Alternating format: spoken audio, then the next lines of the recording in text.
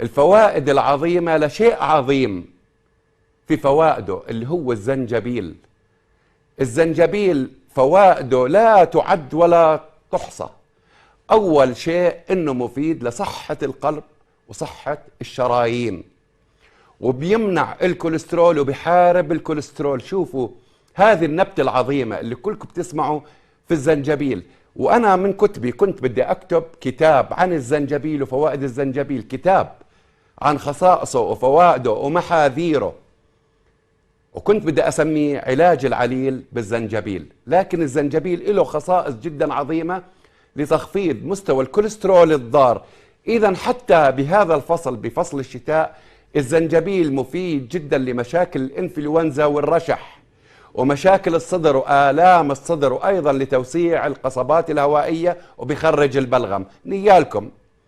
نيالكم شوفوا هذه النبتة العظيمة، شوفوا الميزات اللي بتعطينا إياها بهذا الفصل وغير هذا الفصل.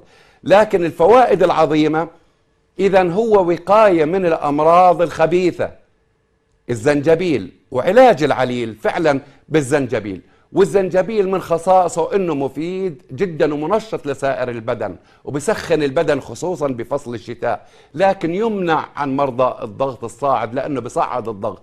لكن الحكايات والناس اللي كان عندهم مشاكل الضغط كانوا ياخذوا جرعة بسيطة من الزنجبيل مع الحليب مع اللبن، فبالتالي استفادوا حتى لمشاكل الضغط.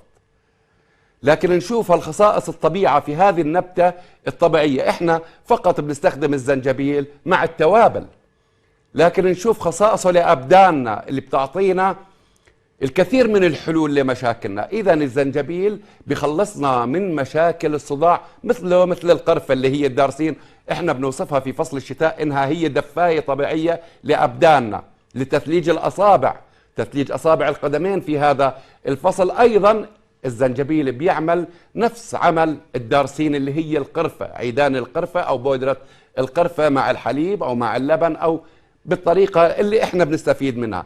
إذا الزنجبيل من خصائصه انه بيقطع الغثيان.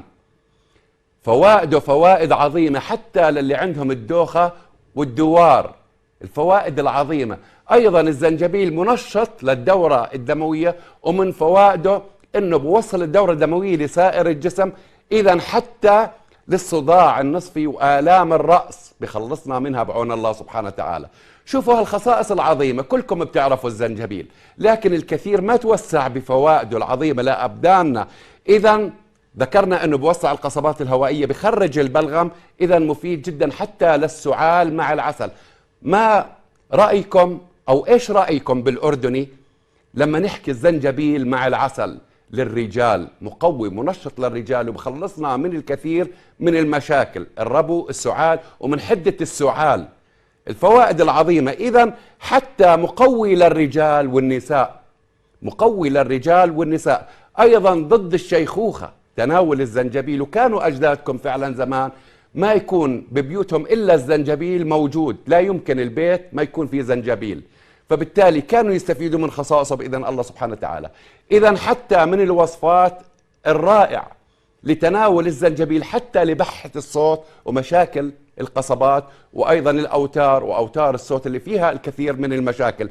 إذا حتى بقوي الذاكرة وبحد من مشاكل النظر، مقوي للنظر، لأنه بوصل الدورة الدموية لسائر الجسم، الأوعية الدموية، فبالتالي أعضائنا بتكون إن شاء الله بخير وسلامة. والزنجبيل أمين جدا، لكن يمنع تناوله مع أدوية كثيرة منها مميعات الدم ومسيلات الدم. فبالتالي بدنا نكون حريصين إذا تناولنا الزنجبيل بوصفاتنا وفي بيوتنا ما نكون نتناول بعض الأدوية. لكن أنا ما بحبذ نتناول أدوية، خلاص اللي بده يستفيد من خصائص الزنجبيل يبتعد عن الدواء، فبالتالي بنستفيد من خصائصه بإذن الله سبحانه وتعالى.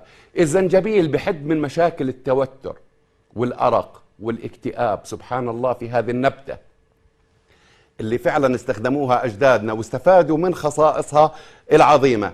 إذا حتى ذكروا أجدادنا إنه الزنجبيل بحارب مشاكل العشاء الليلي اللي حدة النظر بتكون ضعيفة عنده بالليل، فبالتالي بيستفيد من خصائصه بإذن الله سبحانه وتعالى. إذا بمدنا بطاقة لأبداننا وحرارة في أبداننا، مفيد لسائر الأمراض والمشاكل، مفيد جدا لمشاكل الجهاز الهضمي. سبحان الله في الزنجبيل. إذا حتى الزنجبيل مفيد جدا لمشاكل الأمعاء وطارد للرياح، وبدخل بالكثير من الوصفات لأبداننا. بكفي إنه اللي بتناول الزنجبيل عمره ما بيكون عنده شحوم ودهون، فبالتالي الزنجبيل بكافح السمنة، بكافح السمنة والدهون وين ما كانت في أبداننا. أسأل الله سبحانه